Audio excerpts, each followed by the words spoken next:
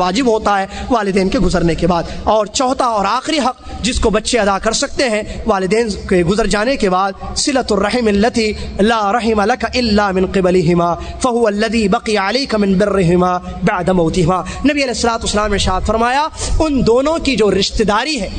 کہ ان کے علاوہ کوئی اور راستہ، والد کی طرف سے جو رشتہ داری، والدہ کی طرف سے، والد کی طرف سے چچا، تایا، پھوپھیاں یا اور جو رشتہ داری ہوتی ہے، والدہ کی طرف سے ماموں، خالہ وغیرہ، تو یہ جو ان کے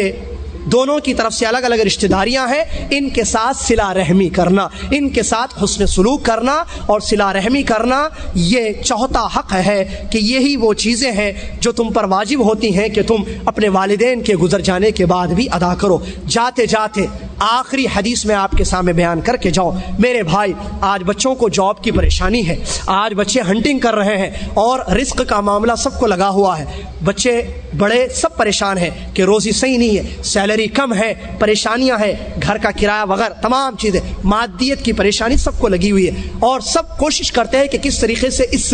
خانے کو پر کیا جائے، کس طریقے سے جاب حاصل کیا جائے، کس طریقے سے اپنی ضروریات زندگی کو آسانی سے پورا کیا جائے۔ یہ دنیا میں پھرتے رہتے ہیں لیکن ان کو پتہ نہیں۔ نبی علیہ الصلوۃ والسلام نے حدیث بیان فرمائی، جس حدیث پر عمل کر کے، یہ اس حدیث پر ایمان رکھ کر عمل کر کے روزی کو آسانی سے حاصل کر سکتے، اس میں وسعت پیدا کر سکتے۔ نبی علیہ الصلوۃ والسلام نے ارشاد فرمایا اگر کوئی یہ چاہتا ہے، حدیث کے الفاظ ہے، اگر کوئی چاہتا ہے ان یبسط له فی رزقہ ویوسع ان یبسط له فی عمرہ ویوسع له فی رزقہ فلیصل رحمہ او کما قال رسول اللہ صلی اللہ علیہ وسلم۔ اگر کوئی چاہتا ہے کہ اللہ اس کی عمر کو لمبی کرے، 70-100 سال زندگی میں اچھا خاصا دنیا دیکھ کر چلے جائے، جیسا کہ لوگ کہتے ہیں، ایک جیسا کہ سب کی انسان کی خواہش ہوتی ہے کہ لمبی عمر وہ گزارے، دوسری خواہش کہ اس کی روزی بڑی ہو جائے، کشادہ کر دی جائے، کہ ریال آتے رہیں ادھر سے بھی ادھر سے بھی ادھر سے بھی، ان یبسط له فی رزقہ، کہ رزق اس کا کشادہ کر دیا جائے۔ اللہ کے نبی علیہ الصلوۃ والسلام کیا فرماتے ہیں؟ فلیصل رحمہ، اپنے رشتہ داروں کے حقوق کو ادا کرو، جس میں سب سے بڑا رشتہ داروں میں حق بنتا ہے والدین کا۔ میرے بھائی یہ حدیث میں راستہ بیان کیا گیا کہ جس پر عمل کر کے ہم اپنی عمروں کو دراز کر سکتے ہیں، اپنے روزیوں کو کشادہ کر سکتے ہیں، اور وہ ہے والدین کے ساتھ اچھا سلوک کرنا، صلہ رحمی کرنا، ان کے حقوق کو بجا لانا، کہ صلہ رحمی میں سب سے پہلا مقام ان کا آتا ہے اور ان کے بعد دیگر تمام رشتہ داروں کا۔ لہٰذا ضرورت اس بات کی ہے کہ ہم اللہ سے ڈریں، کیونکہ اللہ کا ڈر دل میں نہیں آئے گا کوئی ہمارا عمل درست نہیں ہوگا۔ مسلم کی حدیث میں اللہ کے نبی علیہ الصلوۃ والسلام نے فرمایا اس ٹکڑے کو صحیح کر لو، اس ٹکڑے کی صلاح پورے جسم کی صلاح ہے۔ اس ٹکڑے کی صلاح کیسے ہے؟ التقویٰ ہا ہونا، دلوں میں اللہ کا ڈر پیدا کرو، ڈر آئے گا زبان، آنکھ، ہاتھ، پیر سے وہی اعمال، وہی امور انجام دیں گے تم جو اللہ کی رضا میں ہو۔ لہٰذا اللہ کا ڈر دلانا ہے، اور جاتے جاتے یہ بات بھی ذہن میں رکھے کس طریقے سے ہم اپنے بچوں کو مطیع اور فرما بردار بنا سکتے۔ واحد راستہ ہے، دنیا کی کوئی کتاب،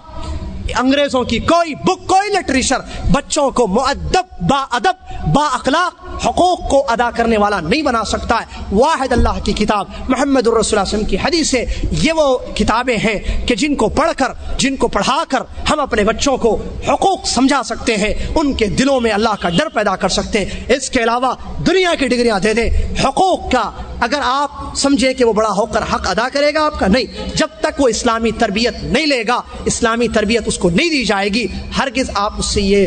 تصور نہ رکھیں کہ وہ بڑا ہو کر آپ کا حق ادا کرے گا۔ ضرورت ہے کہ ہم اسلامی تربیت دیں بچوں کو، بتائیں کہ ان کے باپ کا، ان کے ماں کا کیا حق بنتا ہے۔ اللہ سے دعا ہے اللہ رب العالمین مجھے آپ کو، دنیا کے تمام مسلمانوں کو اللہ کا حق جو سب سے پہلے ہم پر بنتا ہے اس کو ادا کرنے کی توفیق عطا فرمائے، حقوق الوالدین کو سمجھنے کی، معلوم کرنے کی، پڑھنے کی، قرآن و حدیث کی روشنی میں توفیق عطا فرما۔ اللہ کہنے سننے سے زیادہ عمل کرنے والا مسلمان ہم کو بنا۔ اللہ والدین جن کے زندہ ہیں اللہ ان کو توفیق دے کہ وہ اپنے والدین کو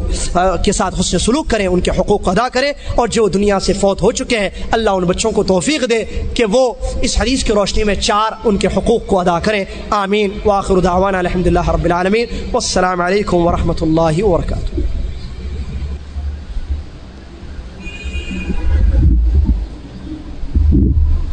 جزاکم اللہ خیر۔